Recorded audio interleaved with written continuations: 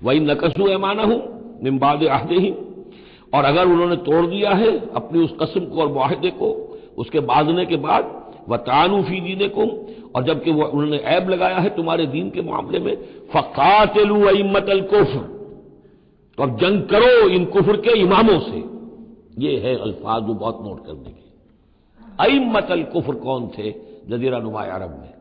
کافر تو سب تھے، مشرک سب تھے۔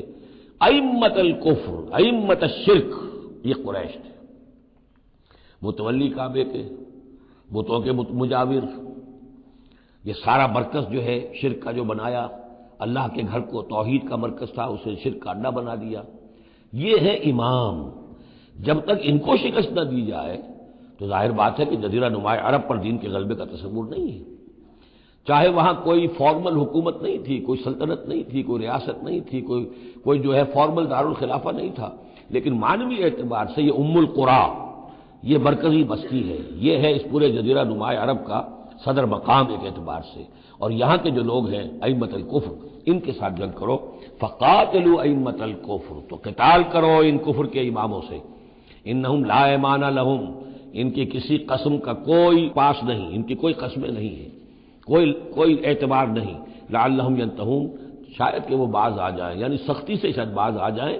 اے مسلمانوں، نرمی کے ساتھ وہ باز آنے والے نہیں ہیں۔ الا تقاتلون قوما نکثوا ایمانہم، کیا ہو گیا تمہیں؟ تم جنگ نہیں کرنا چاہتے ایسی قوم سے جنہوں نے اپنے عہد کو توڑا؟ معاہدہ انہوں نے توڑا ہے، مسلمانوں نے تو نہیں توڑا، نہ مسلمانوں کے حلیف قبیلے نے توڑا، انہوں نے وعدہ جو کیا تھا اس کو توڑا ہے۔ تو کیا ہو گیا تمہیں؟ شرافت کی وجہ سے یا بزدلی کی وجہ سے یا منافقت کی وجہ سے یا اور کسی سبب سے تم ان سے جنگ نہیں کرنا چاہتے؟ الا تقاتلون، کیا تم قتال نہیں کرنا چاہتے قوما، اس قوم سے نکثوا ایمانہم، جنہوں نے اپنی قسمیں توڑی، وہموا باخراج الرسول، یہی تو ہے کہ جنہوں نے رسول کو مکے سے نکلنے پر مجبور کیا، وہم بدؤکم اول مرہ، اور انہوں نے ہی آغاز کیا تھا۔ ظاہر بات ہے کہ کتنا مسلمانوں کو ستایا تھا مکے میں، مسلمانوں میں سے بعضوں کو شہید کیا تھا مکے میں، کتنوں کو تکلیفیں دی تھی، ٹارچر کیا تھا، پرسیکیوٹ کیا تھا، انہوں نے کیا پہلی مرتبہ۔ اتخشونہم، اب دیکھیے یہ ہے وہ سرچنگ کوسچن، اے مسلمانوں کیا ان سے ڈر رہے ہو؟ یہ کوئی بزدلی ہے جو تم پر طاری ہو گئی ہے؟ قریش کے خلاف اقدام سے گھبرا رہے ہو؟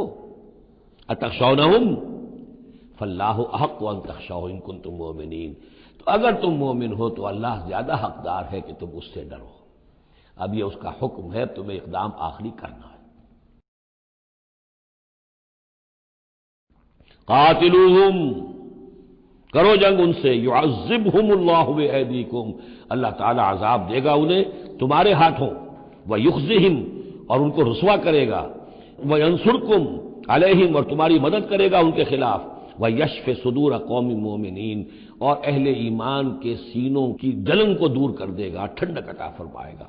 یعنی اب بھی مکے میں ایسے لوگ تھے کہ جن پر ٹارچر ہو رہا تھا، وہ جو ضعیف تھے، جو نہیں کر سکتے تھے، سفر نہیں کر سکتے تھے، یا خواتین تھیں، تو ان کے اوپر جو بھی ظلم ہو رہے تھے، تو جب ان لوگوں کی اب درگت بنے گی تو ان کے بھی دلوں کو کچھ ٹھنڈک ملے گی، اور ان کو بھی کچھ نہ کچھ ان کے احساسات جو ہیں اس کے اندر کچھ سکون ہوگا۔ وَيُذْهِبْ غَيْظَ قُلُوبِهِمْ، ان کے دلوں میں جو غصہ بھرا ہوا، غم بھرا ہوا، اللہ تعالیٰ اسے نکالے گا۔ وَيَتُوبُ اللَّهُ عَلَىٰ مَن يَشَاءُ، اور اللہ تعالیٰ توبہ نصیب کر دے گا جس کو چاہے گا توبہ کی توفیق دے دے گا۔ وَاللَّهُ عَلِيمٌ حَكِيمٌ، اور اللہ تعالیٰ علیم اور حکیم ہے۔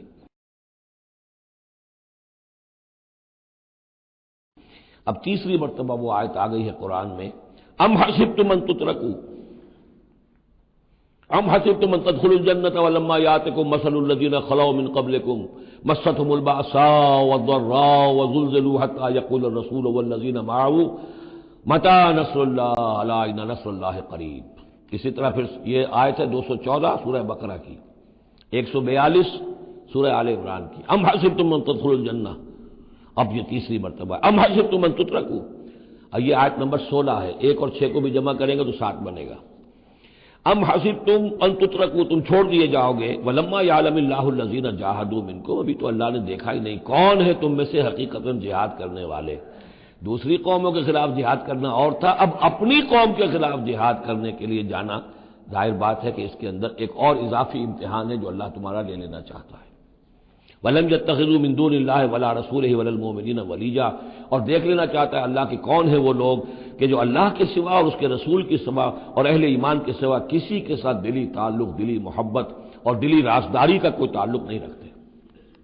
یہ رشتے جب تک کٹیں گے نہیں ایمان کی تلوار سے، اس وقت تک تمہارا خلوص جو ہے اللہ کے ساتھ اور دین کے ساتھ وہ کیسے ثابت ہوگا؟